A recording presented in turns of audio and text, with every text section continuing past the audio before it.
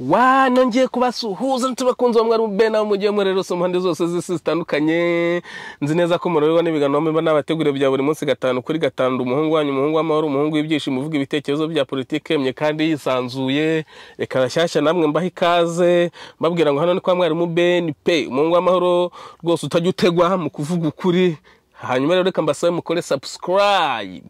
Hanyuma bahamenyereye bo turabizi muri bake beza iyo tumaze kureba ikiganiro duhita dukora like kugira ngo ikiganiro tutazongera tukakira bwa kabiri, kuko nanjye maze gukora ikiganiro gutya ndakireba rimwe nkakireba kabiri bikabirarangiye ntago nshobora kukigarukaho n'ubu kandi ari nanjye wagikoze.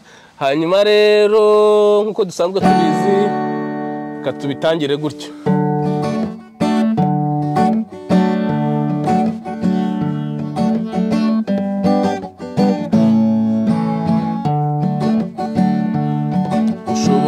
Kwibera mu cyaro kimwe kivugwa na rubanda ukahabonera iterambere ukahabona ni kimwe nuko ushobora kuba uba mu mujyi umuzwi cyane ukamenya kubana n'abandi ubuzima bugakomeza.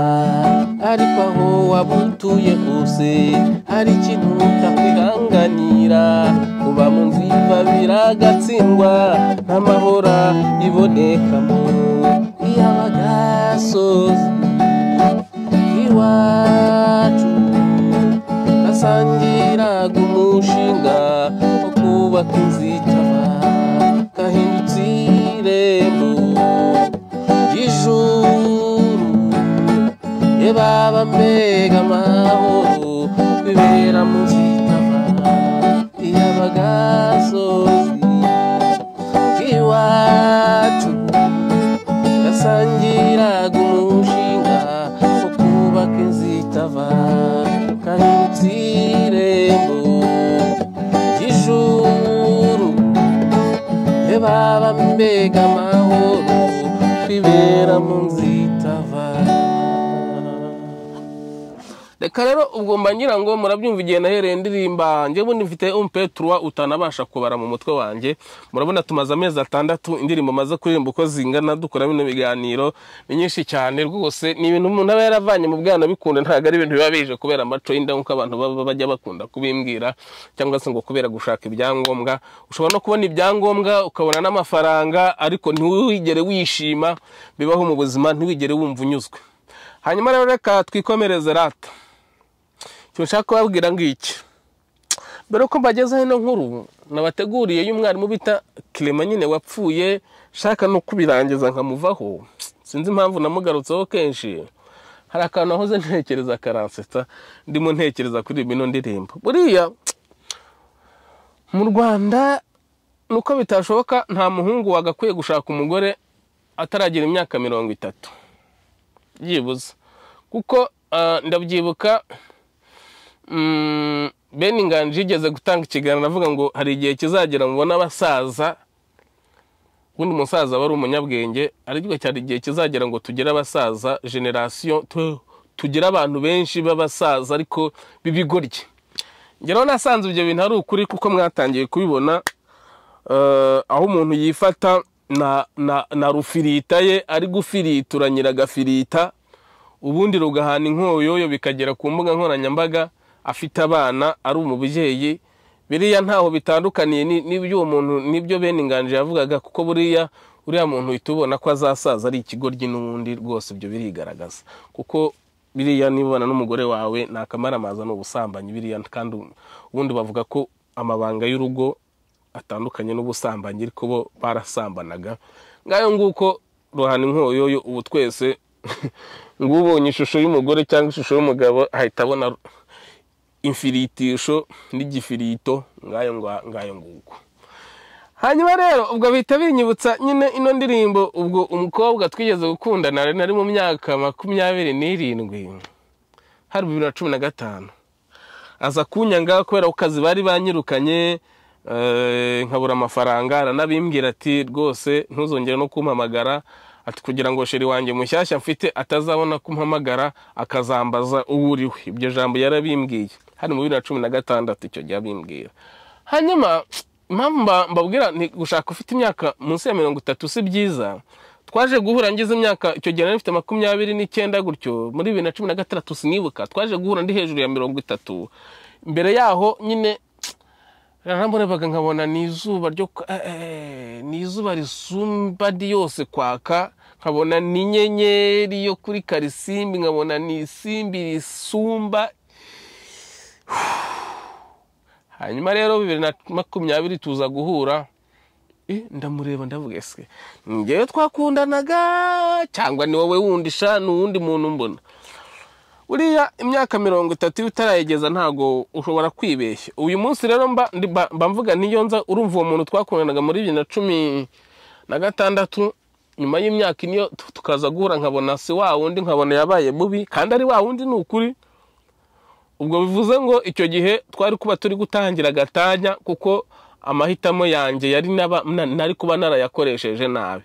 Niyo mpamvu nyuma y'imyaka 30 buri umuntu abamaze gukura ntago ubukibona umuntu. Sinzi uburyo nayavuga, abantu muri minsi y'imyaka 30 b'abahungu ntago nabagira inama yo gushaka, ariko kandi umuntu ashaka mugashaka mukurikiye gufirita, nakazi kanyu nyine muzafirita, ariko bizarangira nabi mugiye ku karubanda. Izo ni inama mba ndi kubaha mu biganiro mba ntanga bya politiki. N'ubu n'uburezi rega, subwo ubwo ubwo suburezi. Nukuvuga ngo abasore abakobwa bo nta kibazo, igihe cyose mwashakira mwashaka mubaye mufite gahunda, ariko umuntu utuje imyaka, umukobwa utuje imyaka 28 n'umuhungu utuje imyaka 30 mushatse mwajya mureka gushaka. Kanihitire. Reka nivugire kuri mwarimu Clement, sinzi impamvu mugarukaho ndagira ngo musezereho yigendere.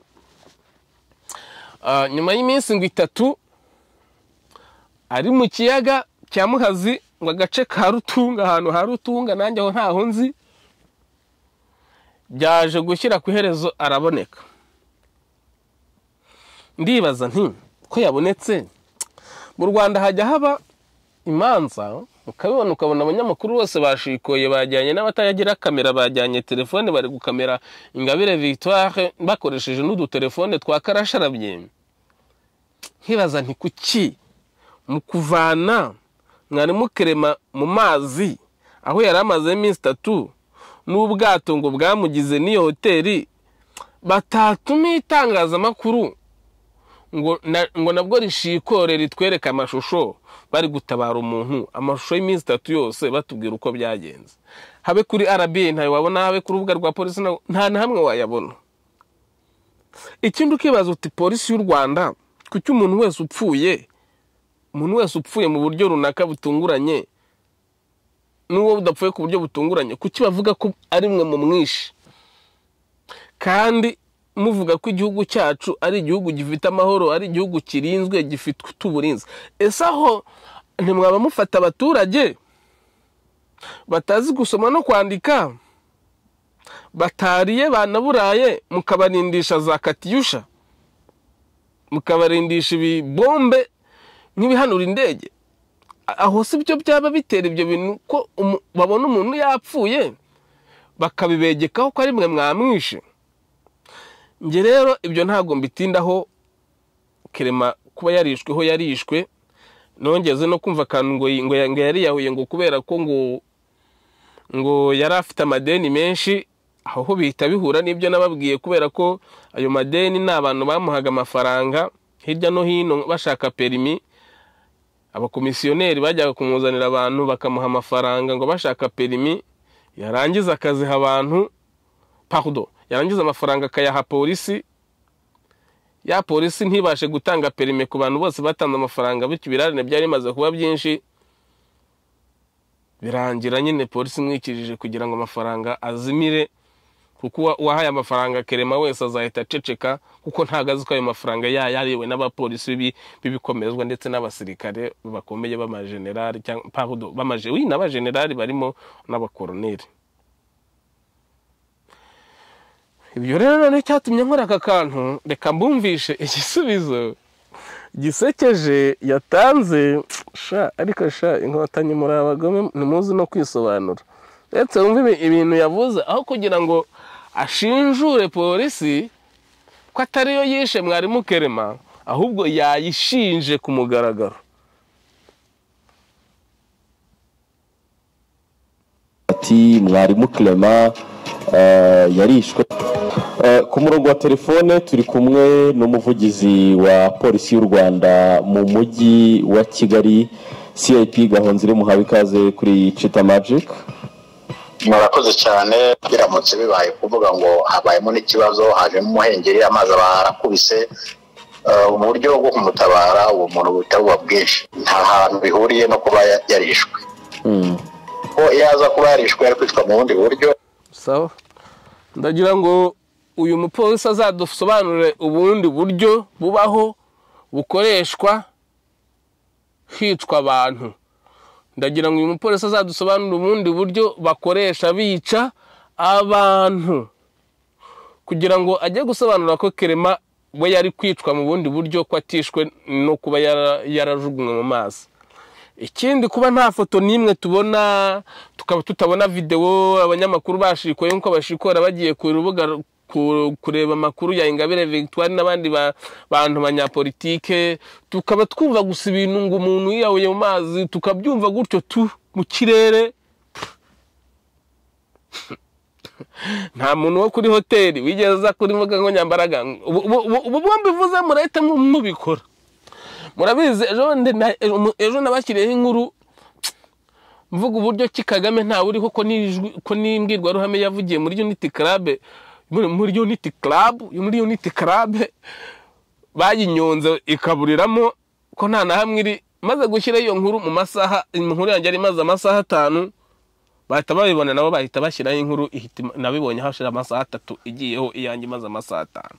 Ubu muraje nabwo mutangire mufinda utuntu nk'utwo.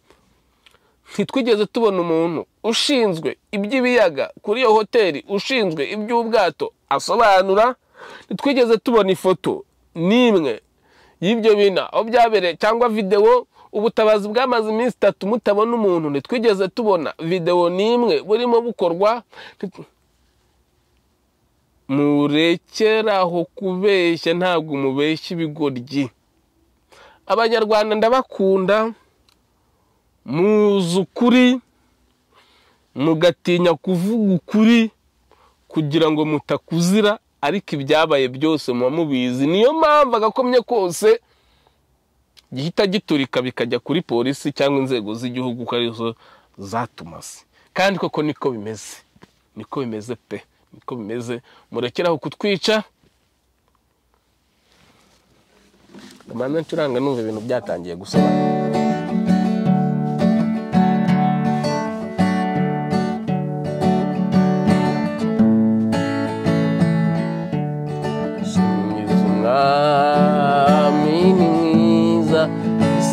Sitararemwa yariko shimwa munze ntamuzi, shimwe ndirimbe ni Yesu.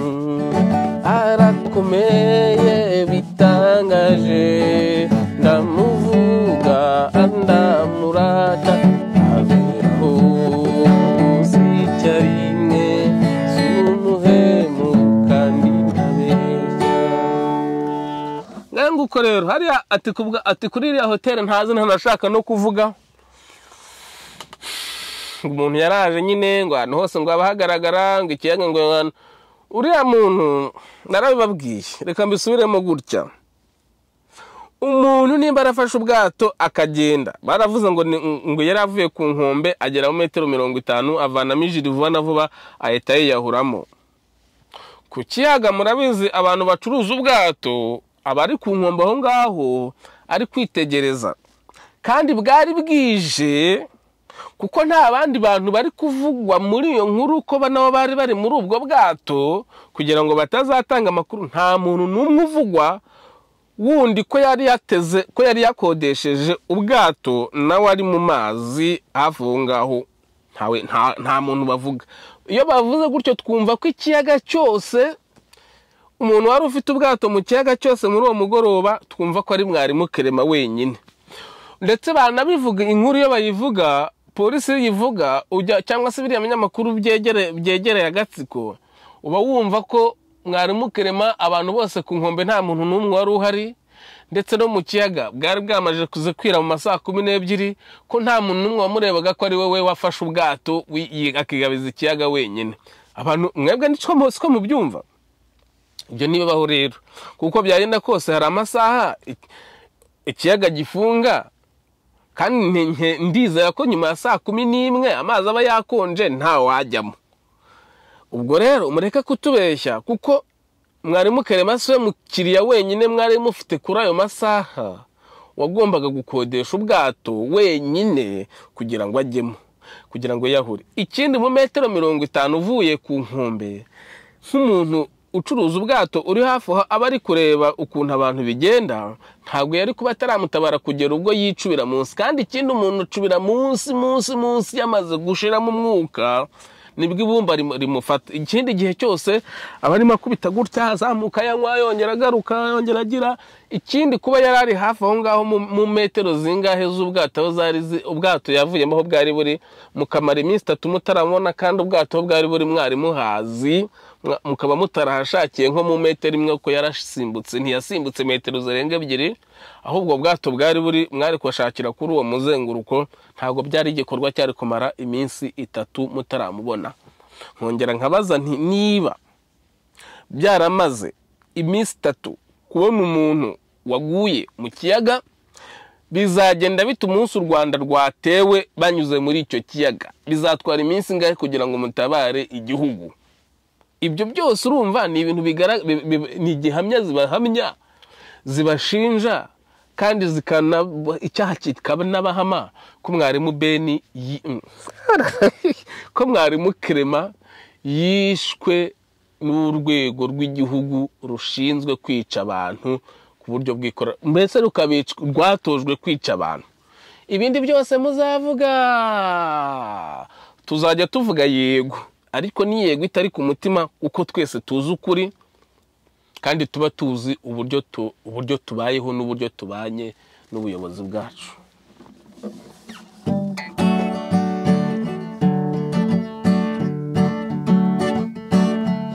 Asanga Maria ugabwibwiju iwe niringiye, iwe tuzabana rugori rwera nzamusanga, imbona imbaraga nkigaba ngo namamaze nshize amanga njyewe ngo namamaze nshize amanga njyewe.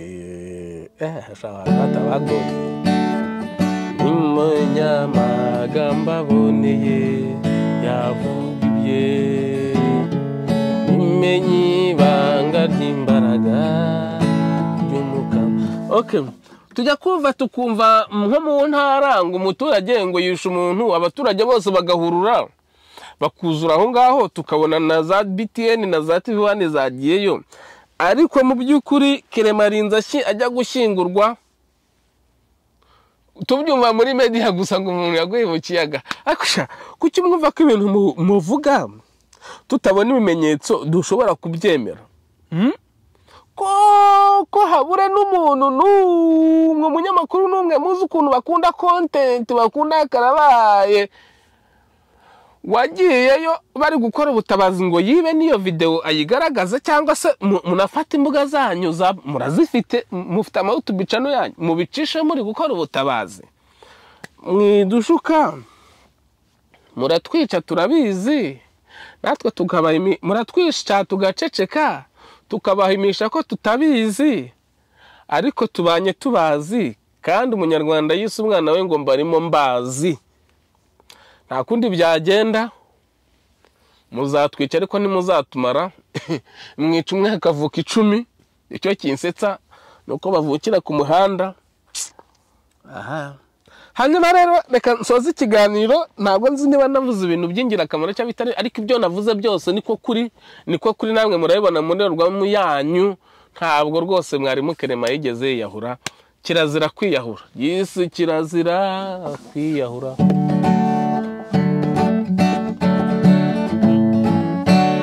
kirazira kwiyahura.